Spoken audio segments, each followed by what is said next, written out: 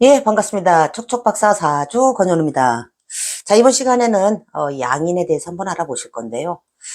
양인 하면은 그 인신사술과 더불어서 또 뭐 괴강백호, 아주 프로페셔널한 그런 그 글자죠. 양인은 말 그대로 이게 칼을 갖고 있어요. 칼을. 자, 양인, 음, 양 잡는 칼. 짐승, 큰 짐승 잡는, 그러니까 이렇게 조그마한 칼이 아니에요. 큰 칼인데, 이 칼을 갖다가 내가 이 프로페셔널하게 네가 살면서 잘 써먹어. 이러고서 무기로 주셨는데, 이걸 가지고 갖다가 그냥 막 휘두르면은, 되나가나 휘두르면은 안 되지. 그런 경우에는 잘못하면 내가 그 칼을 다시 부메랑처럼, 되받을 수가 있어요. 이 칼이라고 하는 거는 이 양면과 같아서 이거를 상당히 잘 쓰면은 반짝반짝 빛나는 그런 그 칼이 된답니다. 우리가 그 양인을 볼 때 그 고전 텍스트 뭐 이런 데 보면은 상당히 안 좋게 표현을 해놨죠. 그래서 양인이 있으면 성정 자체도 아주 그 고집세고 포악하고 또는 뭐 불같고 그래서 특히 이 남명보다도 그 여명이 이 양인을 갖고 있다면은 기가 너무 센 거야. 그래서 어르신들이 봤을 때 아유, 하여튼, 암탉이 울면 집안이 망한다고. 요즘은 암탉이 울어야 집안이 잘 되죠. 이 양인이라고 하는 거는, 요즘 현대사회에 있어서는, 얼마든지 그 무기로다가 잘 활용할 수가 있는데, 이게 주로 이제 그 양간 같은 경우에는 한번 보세요. 자, 양간은 갑, 병, 무.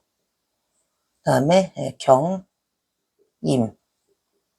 주로 이제 겁재로다가 이루어져 있어서, 이제 갑이, 이렇게 이제 묘를 보거나, 그 다음에 병이 오를 보거나, 그 다음에 화토동법으로다가, 무가 오를 보거나, 그 다음에 경이 유를 보고, 또, 임이 이렇게 자수를 보면은, 이 양간 같은 경우에는, 겁재로다가 주로 다 이루어져 있죠. 겁재. 그래서 요 중에서, 보시면은, 이렇게 이제 뭐 병호가 됐든 무호가 됐든 임자가 됐든 요런 이제 일주 자체가 양인으로다가 이제 놓여 있는 거예요. 그러다 보니까 이 세 일주는 상당히 이 양인의 기운이 고집이 말도 못해. 임자 같은 경우 뭐 임자 만났다고 할 정도로 정말 고집이 센데 이 병호 같은 경우 보세요. 병호도 이 불의 기운이라서 우리든지 그 병호를 가진 일주 분들이 멀리서 이렇게 들어오잖아요. 그러면은 환해 정말. 그 태양빛처럼 뭔가 밝은 아주 생동감 넘치는 에너지가 이렇게 쑥 들어오는 거를 이렇게 멀리서 봐도 알 정도로. 아니, 그런데 이게 이제 겁재로 놓여 있어가지고, 자기의 비견 겁재로다 놓여 있어서 고집이 에너지 기운 자체가 너무 세서, 이게 수가 틀리잖아요. 그러면은 그냥 막 폭발해버려. 우리 막 그 식당에 가면은 어떤 아이들 뭐 그냥 떼그장 부리고서 그냥 막 숨 꼭각꼭각 넘어가게 울고 막 자지러지는 애들이 있잖아요. 이런 애들이 이 병호를 갖고 있기가 쉬워요. 근데 여명 같은 경우에 이제 이런 그 병호라든지 이런 걸 갖고 있으면은 특히 이전에는 뭐 이 여명은 아이고 뭐 암탉이 울면은 집안이 망한다는 둥 뭐 이래가지고 너무너무 안 좋게 얘기들을 했어요. 그렇지만 요즘 같은 현대 사회에서는 양인이 아주 훌륭한 무기가 될 수 있습니다. 그래서 잘 쓰셔야 돼요. 자, 그런데 우리가 이 양인이라고 하는 거는 주로 이제 겁재인데, 이 겁재에 대해서 한번 잠깐 알아보시자고요. 이 비견과 그 다음에 겁재가 이렇게 있는데, 비견은 말 그대로, 나랑 어깨를 나란히 하는 녀석, 동지 같은 거예요. 똑같은 녀석이 있는데, 내 명조에 천간에 이렇게 비견 하나가 이렇게 잘 놓여 있잖아요. 내가 이제 을일자다. 그런데 여기에 또 을이 하나 이렇게 있다. 이런 경우에는 상당히 뭐랄까. 내가 의지하는 의지처 같은 거예요. 비견이 하나도 없으면 어떻게 보면은 참 불쌍해. 이 천간에 이렇게 비견이 있으면은, 나를 갖다가, 이 내 마음을, 천간은 정신의 영역이기 때문에, 여기에 이제 뭐 뿌리가 없이, 뭐 예를 들어서 뭐 여기가 을류다. 그래서, 이런 경우에는 이게 칠살로다가 나를 강하게 치는데, 이럴 때는 얘한테 내가 아주 너무 의지가 되는 거예요. 이거 만약에 여기, 시지에 이렇게 있어도, 요건 좀 위치별로다가 나중에 나이 먹어서 내가 의지할 수 있는 사람이 반드시 있다는 뜻이에요. 그 뿌리가 없다라고 하는 거는 그냥 정신적으로 내가 의지하는 의지처 같은 거죠. 그래서 내 명조에 이렇게 비견이 한 개가 이렇게 천간에 뚝 드러나 있다면은 이만한 그 밥그릇을 내가 태어날 때, 아니 어떤 사람은 뭐 이만한 밥그릇, 어떤 사람은 이따만한 밥그릇, 또 거기 내용물이 또 다 틀리잖아. 어떤 사람은 여기 뭐 소고기가 듬뿍 담겨 있고, 어떤 사람은 뭐 채소만 이렇게 있고, 뭐 고구마 하나 이렇게 뭐 감자 두 알 뭐 이렇게 있는 사람도 있고 한데, 이 비견이라고 하는 거는 내가 태어날 때 이미 이만한 그 밥그릇에 숟가락이 두 개가 딱 꽂혀져서 태어난 거예요. 그러니까 똑같이 2등분해서 n분의 1 너하고 나하고 이렇게 나눠 먹는 패턴으로다가 이렇게 쭉 살게끔 그렇게 타고났는데, 우리가 운이 이렇게 들어올 때 비견이라고 하는 녀석이 또는 뭐 겁재라고 하는 녀석이 하나 또 들어올 수가 있잖아요. 그런 경우에는 비견이 하나 더 들어오면은 이 녀석이 숟가락을 하나 더 들고 들어왔네. 평상시에 둘이 나눠 먹던 거를 셋이 나눠 먹어야 된단 말이에요. 그래서 이 재라고 하는 총량은 딱 정해져 있는데, 한 글자가 더 들어오면은, 그래서 비견이 있어서 무조건 재가 파하는 게 아니라 이미 내가 태어날 때 명조 내에 재라고 하는 총량재를 갖다가 부여받고 태어났기 때문에 이거 먹고 충분히 먹고 살 수 있는 팔자로 태어난 거예요. 누구나 우리가 태어날 때는 어르신들 그러잖아요. 지 먹을 복은 다 타고난다고. 그렇듯이, 그런데 그게 운에서 한 글자가 더 들어와서 다른 녀석이 숟가락 들고 대들기 때문에 그게 문제가 되는 거지. 이게 비견으로 들어오면은 그래 별로 뭐 이렇게 싸우지도 않고 나눠 먹어. 그래서 비견이 또 들어오잖아요. 그러면은 이 사기수가 들어온다네요. 왜? 아주 나랑 똑같은 녀석이 왔으니까 그냥 나눠주는 거야, 진짜. 나눠 먹는 거야, 똑같이. 분쟁 같은 거 별로 없이 이렇게 싸우고 그러는 게 아니라.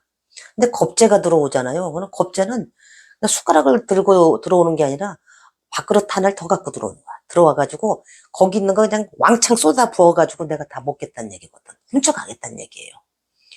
그래서 겁재가 어떤 면에서 훨씬 위험하죠. 이렇게 들어올 때. 근데 사실은 우리 인간은 겁재가 들어오면은 긴장을 한다고. 그래도 운에서 들어오면은 뺏길까 봐 긴장을 하는데, 이 비견 같은 경우에는 나와 같으려니 하다 보니까 오히려 뒤통수를 맞고 사기당하는.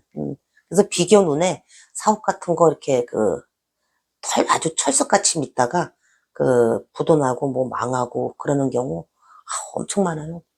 비견이 어떻게 보면 좀 더 위험한데, 이 겁재는 말이에요. 내 팔자에 이 명조에 겁재가 이렇게 놓여 있잖아요. 그러면은 겁재는 어떤 동정심 또는 뭐 희생 뭐 이런 글자도 있어요. 물론 남의 걸 뺏어오기도 하지만, 겁재는 그냥 뭐가 이렇게 있는데 이제 다 먹었어. 이제 사고가 이렇게 있는데 다 먹고 하나가 더 있어서 내가 너 줄게 이러고서 주는 개념이에요. 이 음양이, 비견은 음양이 같잖아요. 그래서 음양이 같으면 짝을 못 채워서 이렇게 밀어내는데, 이 겁재라고 하는 거는 음양이 짝을 딱 채웠기 때문에 사랑스러운 거야.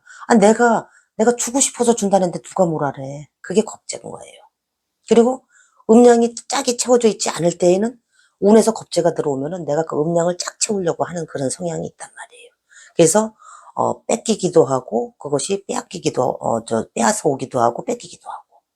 겁재는 그렇게 읽어주시고, 그 다음에 이것이 이제 지지로 내려와서 뿌리가 있는 경우, 그래서 비견 겁재가 위에 있는데 밑에 이렇게 뿌리가 이렇게 있는 경우에는, 그런 경우에는 자존심이 너무 세가지고 진짜 그냥 이 뿌리가 없이 천간에만 드러나 있으면은, 비견 같은 경우에는 그냥 의지처 같은 거고, 겁재는 그냥 내가 주기도 하고 또는 받기도 하고 뺏어오기도 하고 이런 별인데, 이게 지지에 뿌리를 갖고 있으면은 근간이 뿌리를 받고 있어서 잘 흔들리질 않는단 말이에요. 그러다 보니까 그게 더 문제인 거야, 어떤 면에서는. 이게 그냥 돈이 나가야 되는 이 비견겁재 양인이라고 하는 거는 가장 중요한 첫 번째 키워드가 바로 이 재가 파가 돼요. 그래서 재파 기능이 있기 때문에 반드시 돈이 어떤 형태로든 나가는데, 이 겁재 같은 경우에는 그래서 이제 뭐 내가 이렇게 주면은, 또 비견이 이렇게 만약에 운에서 들어왔을 때도 어차피 우리 둘이 나눠 먹어야 되는 건데 제가 숟가락 하나 더 들고 왔어. 그러면 그래 똑같이 더 나눠 먹자. 3분의 1 하자. 이렇게 해서 나눠 먹을 걸 나눠 먹어야 되는데 안 나눠 먹으려다 보니까 이게 문제가 되고, 그것이 뿌리가 있으면은 잘 안 뺏기려고 한단 말이에요. 근데 이게 뿌리가 없으면은 또 잘 뺏겨. 그러면은 그냥 탁탁 손 털어버리면은 오히려 더 깔끔하지. 근데 그렇지가 않은 경우에는, 그 하늘에서 나한테 그 재를 파하려고 이렇게 내려왔는데, 이 녀석이 돈을 안 내놓고 자꾸 이렇게 그 뿌리가 있어가지고 뻗땡기네. 그러면은 그 다음에 바로 취해가는 게, 그럼 네 육체에 피를 뽑아가겠다. 이러면서 아프게라도 해서 병원비가 나가는 형태로라도, 어떤 형태로든 해로움이 그렇게 올 수가 있어요. 이 양인이라고 하는 거는. 자, 그런데 이 양간양인하고 음간양인을 조금 구분을 해서 보셔야 되는 게, 음간양인들은 이게 겉으로 표현이 잘 안 돼. 자, 정, 기, 그다음에 신, 계.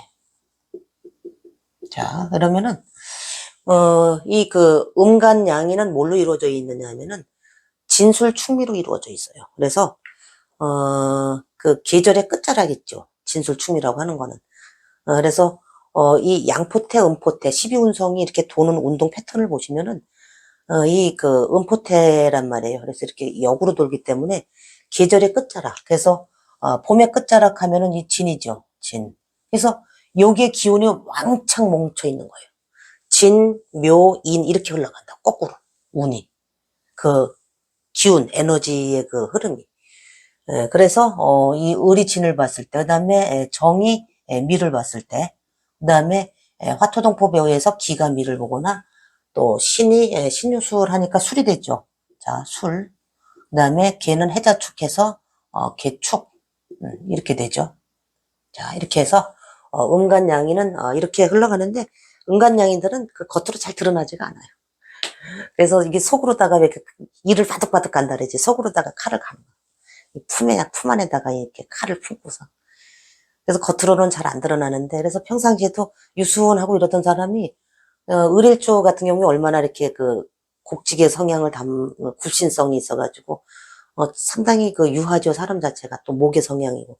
그런데 을일조들이, 진이라고 하는 어떤 그, 양인 대운을 만나거나, 또는 뭐, 내년 갑진년처럼 그, 을진, 세운에서 이렇게 그 양인, 음간 양인이 채워지잖아요.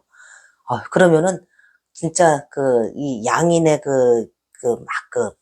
바깥으로 향하는 그 에너지가 이렇게 뿜어져 나오는데, 이 양간 양인들은 그냥 겉으로 그냥 푹 드러나요. 그래서 이 양간 양인들이 이렇게 드러나서 하는 거는 이제 우리 그, 예를 들어서 뭐 권투 시합을 한다 그러면은, 이렇게 해가지고서 뭐 오른쪽, 왼쪽 뭐 이렇게 치잖아요.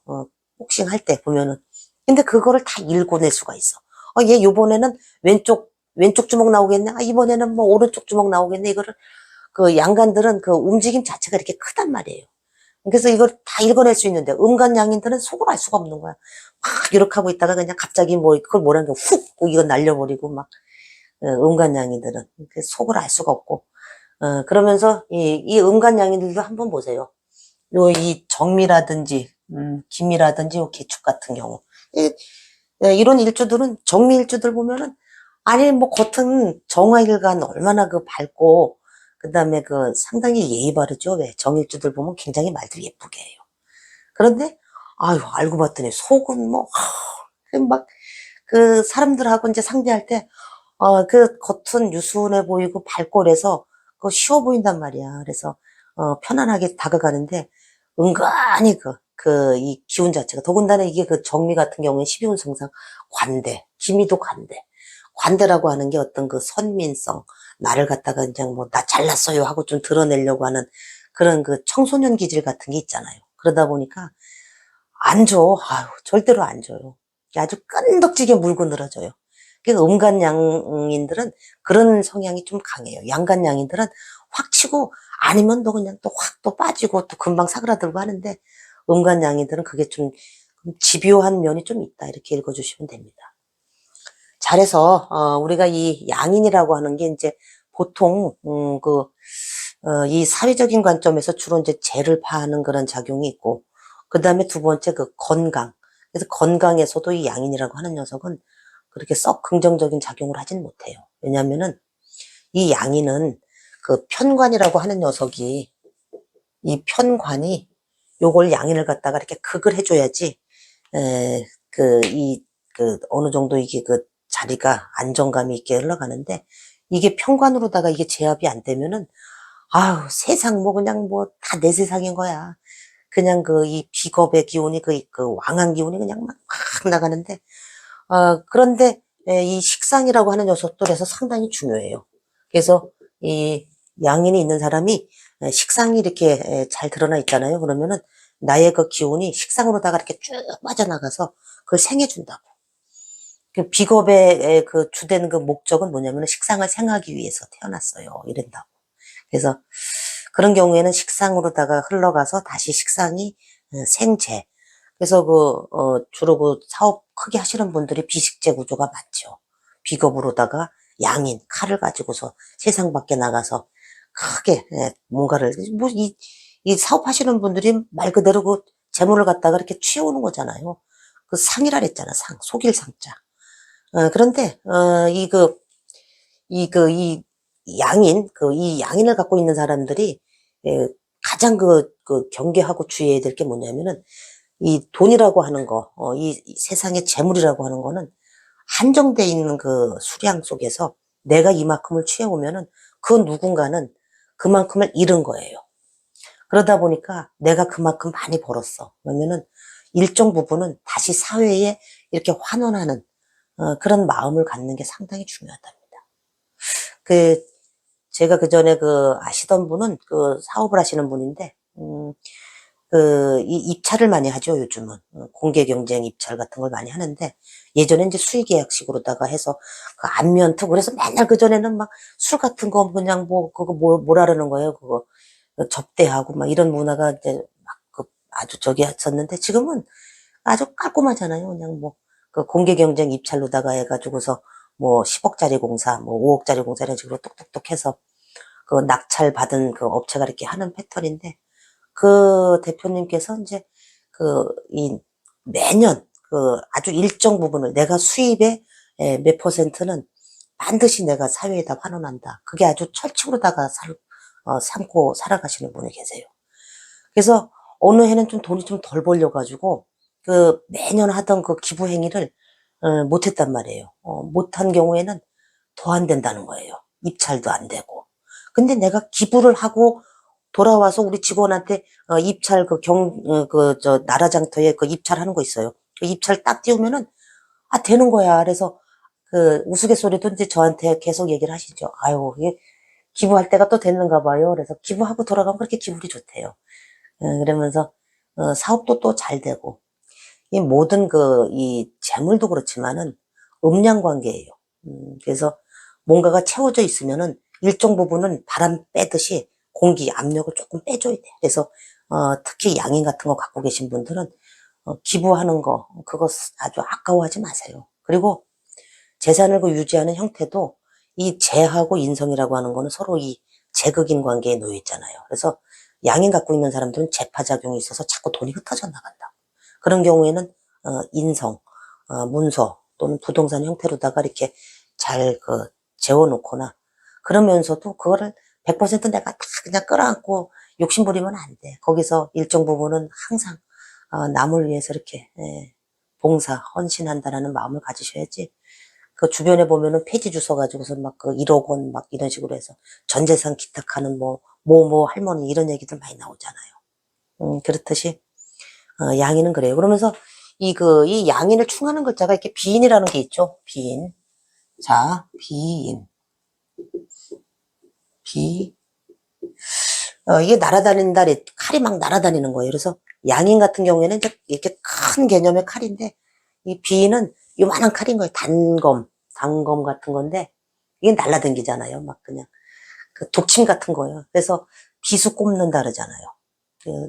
비인 갖고 있으면은 뭔가에 꽂히면은 거기에 그냥 빛의 속도로 달려가서 확 꽂히는 거예요. 비수가 꽂히듯이. 근데 조금 시간이 지나면은 또 그냥, 또 막 실증 내고. 그래서 이 비인 갖고 계신 분들은 이 명조 내에 이게 크게 작용을 안 한다 그러지만은, 보세요. 이 비인이라고 하는 게 만약에, 갑일주다. 자, 한번 보세요.